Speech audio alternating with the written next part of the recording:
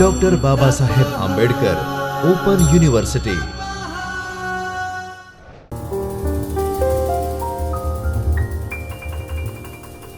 નમસ્તે મિત્રો doctor Baba Saheb Ambedkar open યુનિવર્સિટીના ચૈતન્ય સ્ટુડિયોમાંથી હું ડૉક્ટર ધવલ પંડ્યા આપનું સ્વાગત કરું છું। મિત્રો, આજે આપણે બીકોમ અભ્યાસક્રમના ફર્સ્ટ યરના ધંધાકીય સંચાલન 1 વિષય વિશે માહિતી મેળવશું અને વિષયને સમજવાનો પ્રયત્ન કરીશું। મિત્રો, અગાઉના વ્યાખ્યાનમાં આપણે કયા કયા વિષયો કવર કર્યા હતા એ જોઈ લઈએ તો માનવ સંસાધન આયોજન, એમાં પ્રસ્તાવના, માનવ સંસાધન આયોજનનો ખ્યાલ, અર્થ, તેની જરૂરિયાત, તેના હેતુઓ, તેના પ્રકારો, તેને અસર કરતા પરિબળો, આટલી વિશે માહિતી મેળવી હતી।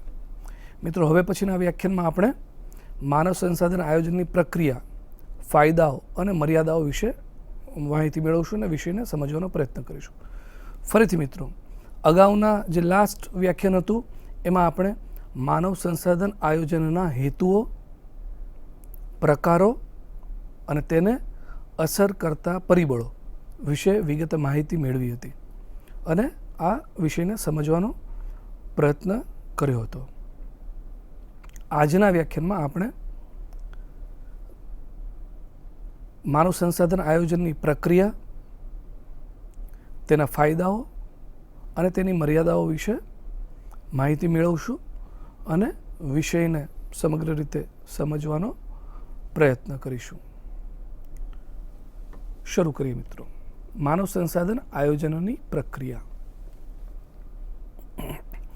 માનવ સંસાધન આયોજન એ નજીકના ભવિષ્યમાં એકમની માનવ શક્તિ માટેની માંગ અને પુરવઠાની આધારણા એટલે કે અંદાજ કરવાની પ્રક્રિયા છે। આ પ્રક્રિયાને 7 તબક્કામાં વહેંચી શકાય છે। કયા કયા 7 તબક્કાઓ છે તે આપણે જોઈએ।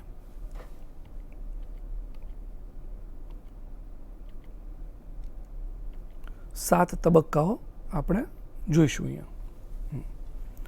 પહેલું છે માનવ સંસાધનના હેતુઓ નક્કી કરવા,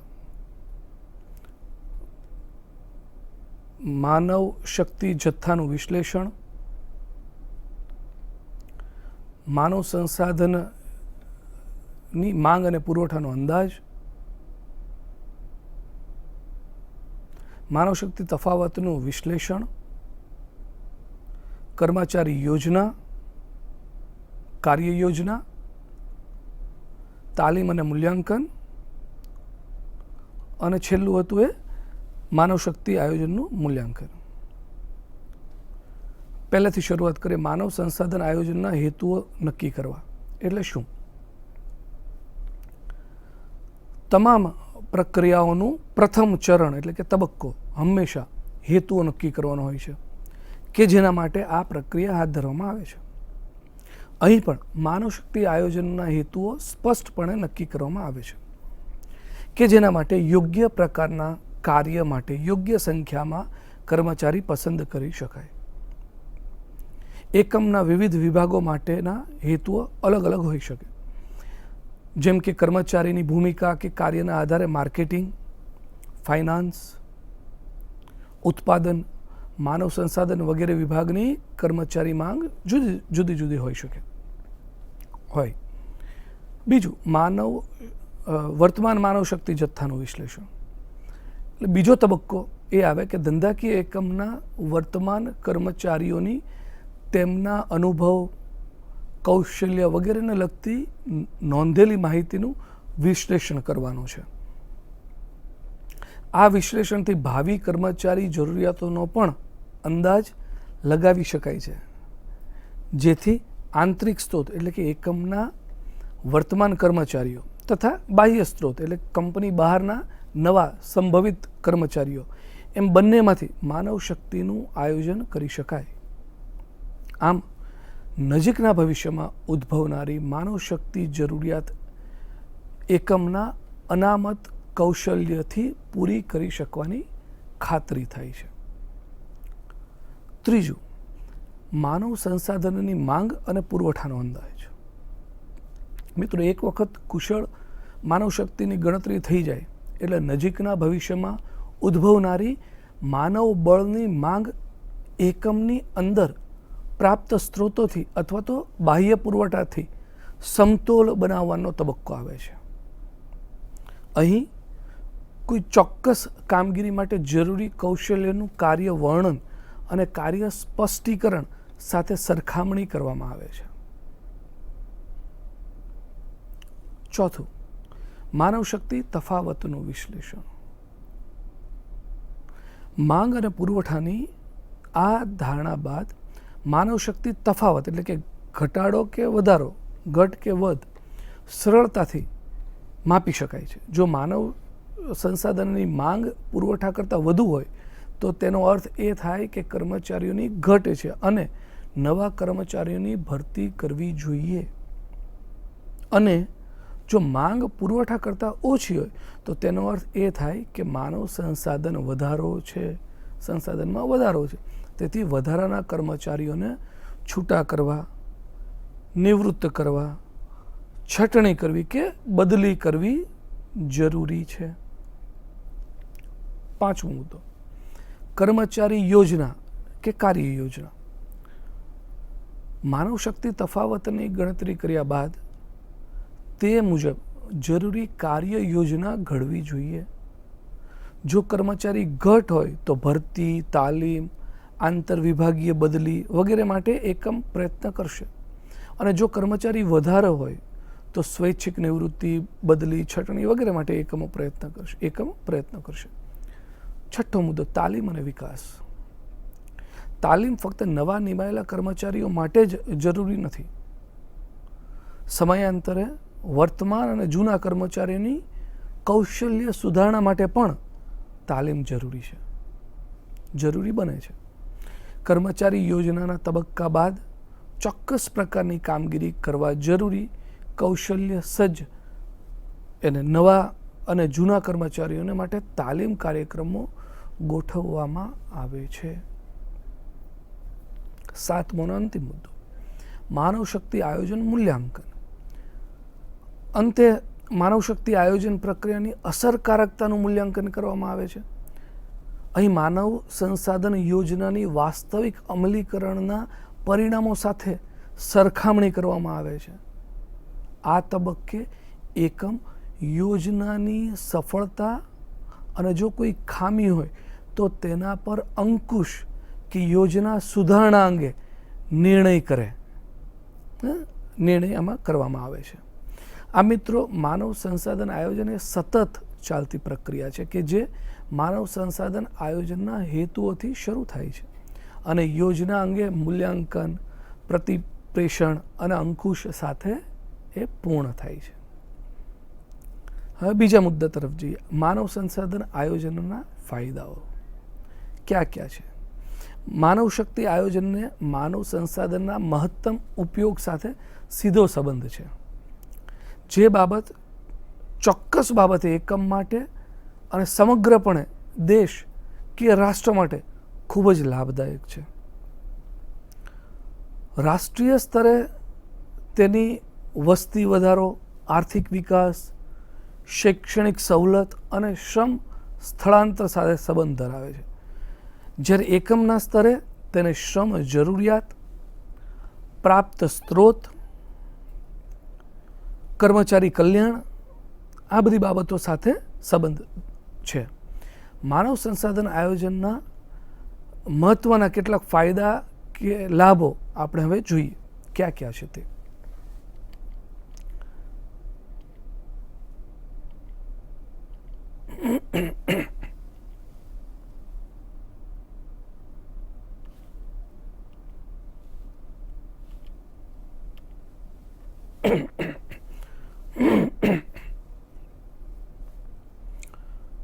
એકથી 8 માનવ સંસાધન આયોજનના ફાયદાઓ આપ જોઈ શકો છો. પહેલા મુદ્દાથી શરૂ કરીએ આપણે.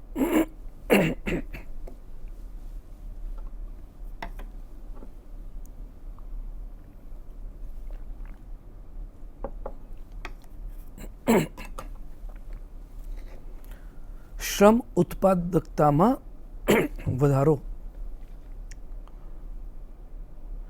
માનવ શક્તિ કે માનવ સંસાધન એ ઉત્પાદનના અન્ય સાધનો કરતાં અલગ ઉત્પાદનનું સાધન છે, કારણ કે શ્રમિકની ઉત્પાદકતામાં વધારો કરી શકાય છે જો કામદાર સંતુષ્ટ હોય. બીજા શબ્દોમાં કહીએ તો જેમ સંતુષ્ટ કામદારની ઉત્પાદકતા વધે છે તેમ અસંતુષ્ટ કામદારની ઉત્પાદકતા ઘટે. તેથી યોગ્ય માનવ સંસાધન આયોજનની મદદથી આપણે માનવ સંસાધનોનો ઉત્સાહ વધારી શકીએ છીએ અને પરિણામ સ્વરૂપ તેની શ્રમ ઉત્પાદકતામાં પણ વધારો કે સુધારો કરી શકીએ છીએ. બીજું, લાયક માનવ સંસાધનોની ભરતી. દરેક એકમને પોતાની કાર્ય જરૂરિયાતને અનુરૂપ લાયક એટલે કે કુશળ અથવા તાલીમી કર્મચારીની જરૂર હોય છે.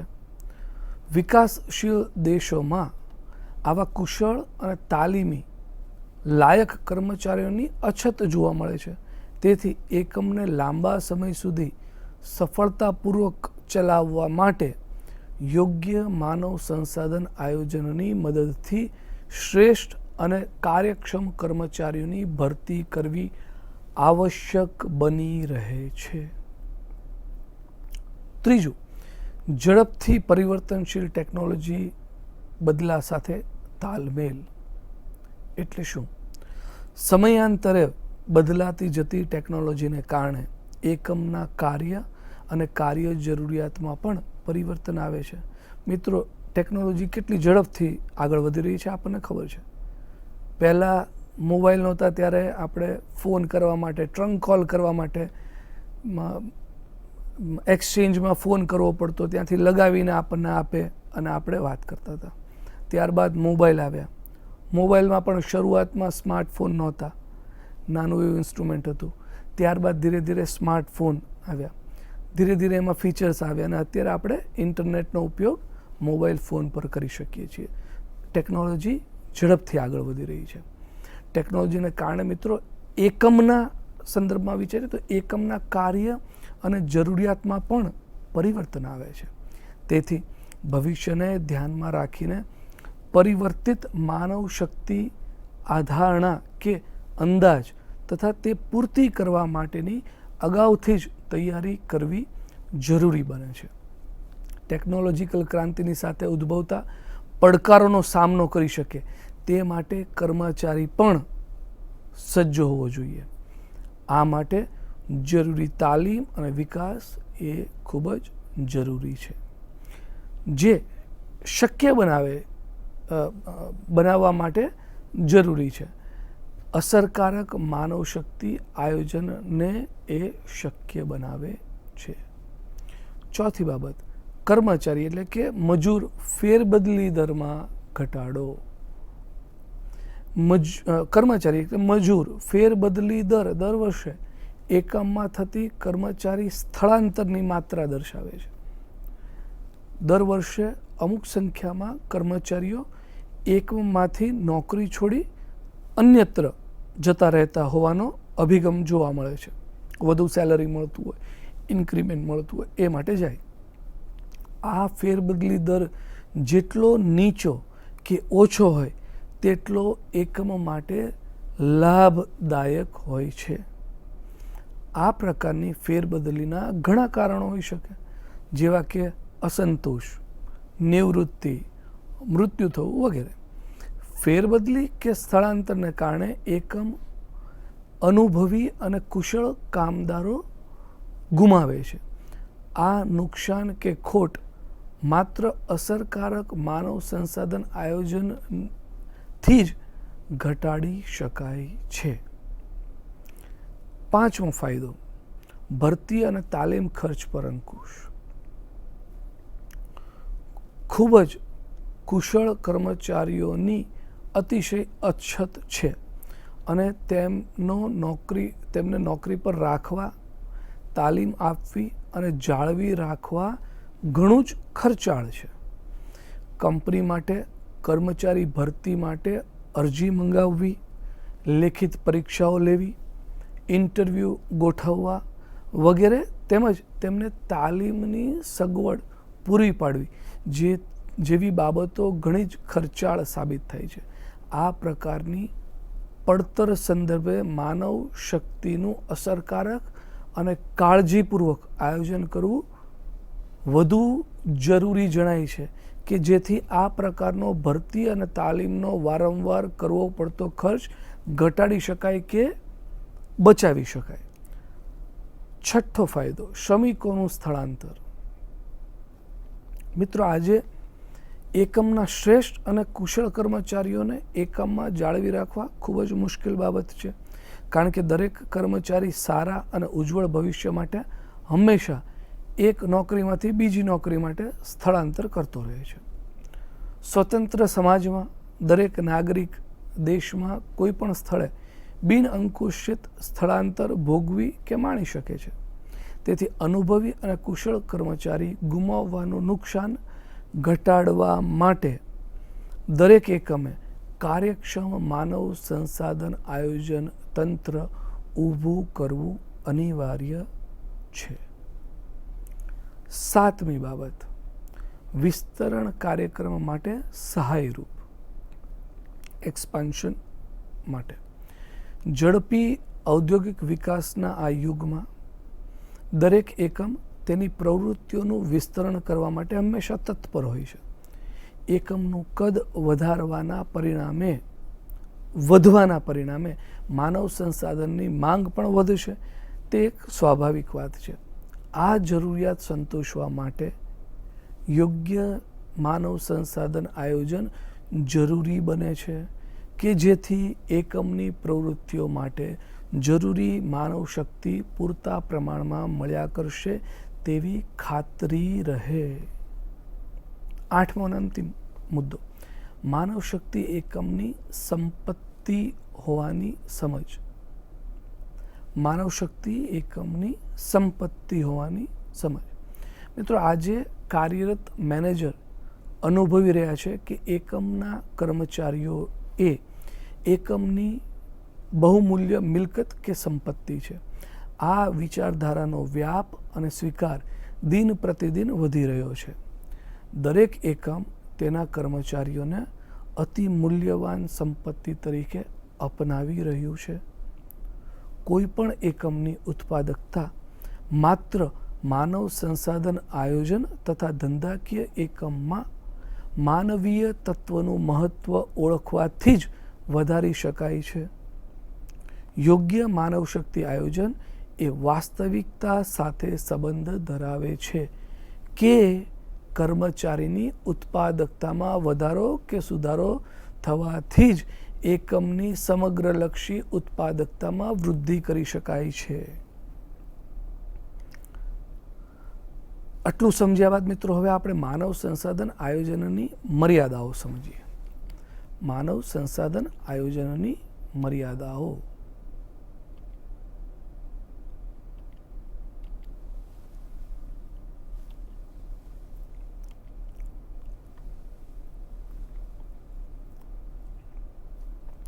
મિત્રો, માનવ સંસાધન આયોજનને એકમ માટે જરૂરી ગુણવત્તા અને જથ્થા એટલે સંખ્યા સાથેના જરૂરી કર્મચારીઓની સંખ્યા ઓળખવા કે નક્કી કરવાની પ્રક્રિયા એ છે એમ વ્યાખ્યાયિત કરી શકાય. માનવ સંસાધન સંચાલનની તમામ ક્રિયાઓ માનવ સંસાધન આયોજનથી જ શરૂ થાય છે.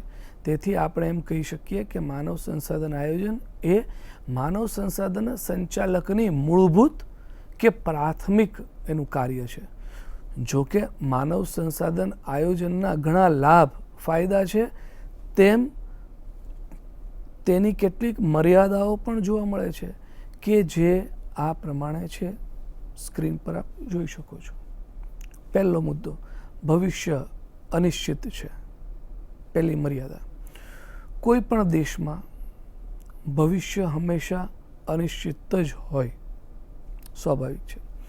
કારણ કે રાજકીય, સાંસ્કૃતિક, ટેકનોલોજીકલ પરિવર્તનો દરરોજ થતા રહે છે. આ પરિવર્તન રોજગારી સ્થિતિને અસર કરે છે કે જે મુજબ એકમે કર્મચારીઓની નિમણૂક કરવી પડે છે કે કર્મચારીઓને છૂટા કરવા પડે છે. તેથી માનવ સંસાધન આયોજન માત્ર એક માર્ગદર્શક પરિબળ બની રહે છે અને આપણે પૂર્ણપણે તેના પર વિશ્વાસ કે આધાર રાખી શકતા નથી કે હંમેશા તે મુજબ જ કાર્ય કરી શકતા નથી. બીજી મર્યાદા, ઉચ્ચ સંચાલકોનો સંકુચિત દ્રષ્ટિકોણ અથવા તો અભિગમ એમ પણ કહી શકીએ આપણે. મિત્રો, કેટલાક એકમોના ઉચ્ચ સંચાલકોની જૂની પુરાણી રૂઢિઓના હોય છે. સંચાલકો જૂની પુરાણી રૂઢિઓના હોય છે. માનવ સંસાધન સંચાલન એક આધુનિક ખ્યાલ છે.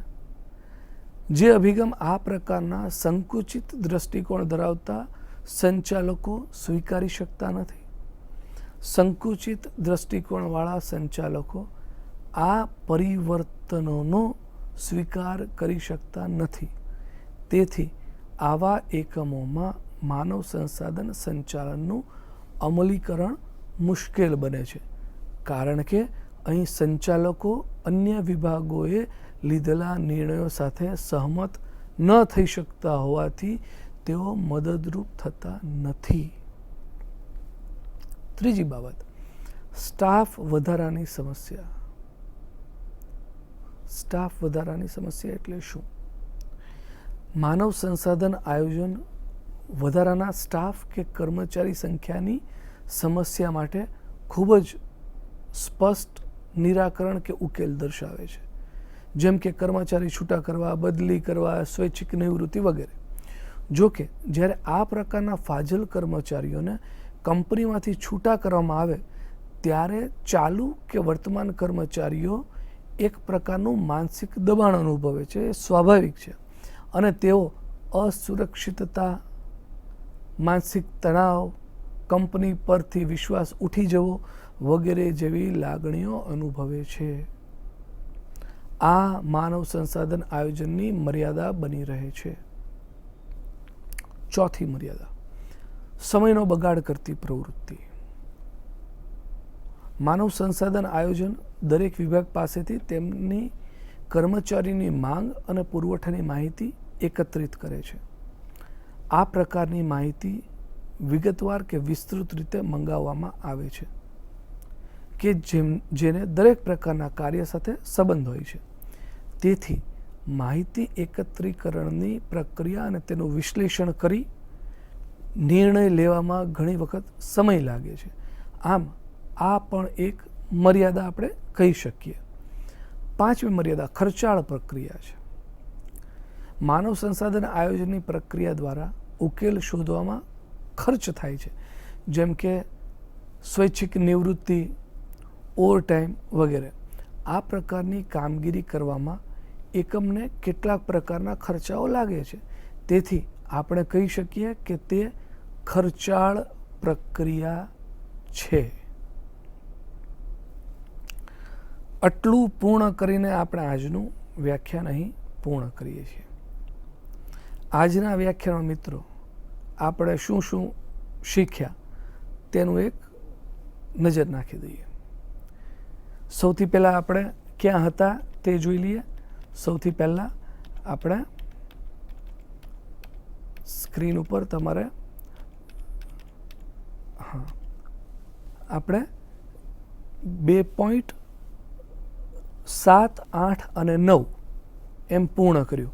અગાઉના વ્યાખ્યાનમાં આપણે પ્રસ્તાવના, માનવ સંસાધન આયોજનની પ્રસ્તાવના, માનવ સંસાધન આયોજનનો ખ્યાલ અને અર્થ સ્પષ્ટ કર્યો હતો.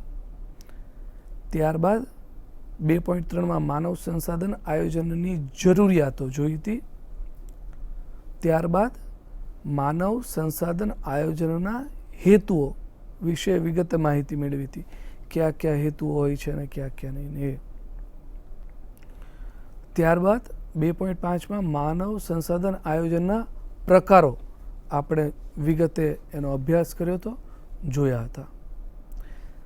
ત્યારબાદ માનવ સંસાધન આયોજનને અસર કરતા પરિબળો આપણે જોયા હતા. પરિબળો પૂર્ણ થયા એ 1 થી 10 પરિબળો હતા, આપને ખ્યાલ હશે, યાદ હશે. ત્યારબાદ આજના વ્યાખ્યાનમાં આપણે માનવ સંસાધન આયોજનની પ્રક્રિયા કે જેમાં 1થી 7 મુદ્દાઓ આપણે જોયા. એ કયા 7 મુદ્દાઓ જોયા આપણે? પહેલો મુદ્દો હતો માનવ સંસાધન આયોજનના હેતુઓ નક્કી કરવા, વર્તમાન માનવ શક્તિ જથ્થાનું વિશ્લેષણ, ત્રીજું માનવ સંસાધનની માંગ અને પુરવઠાનો અંદાજ મેળવવો, પછી હતું માનવ શક્તિ તફાવતનું વિશ્લેષણ, પછી હતું કર્મચારી યોજના અને કાર્ય યોજના, તાલીમ અને વિકાસ, અને છેલ્લો મુદ્દો હતો એ માનવ શક્તિ આયોજનનું મૂલ્યાંકન.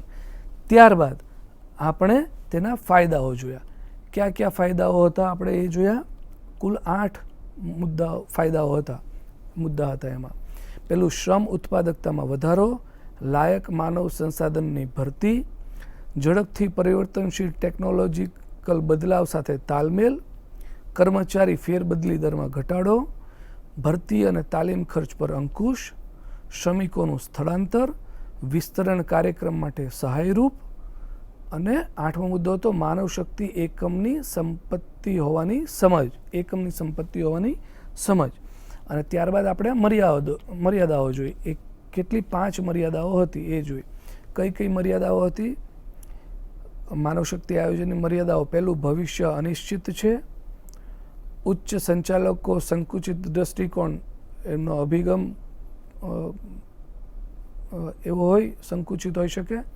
ત્રીજું હતું સ્ટાફ વધારાની સમસ્યા. ચોથું હતું સમયનો બગાડ કરતી પ્રવૃત્તિ. અને 5મો મુદ્દો હતો ખર્ચાળ પ્રક્રિયા. મિત્રો, આટલું પૂર્ણ થયા બાદ હવે આપણે આટલું પૂર્ણ કર્યું.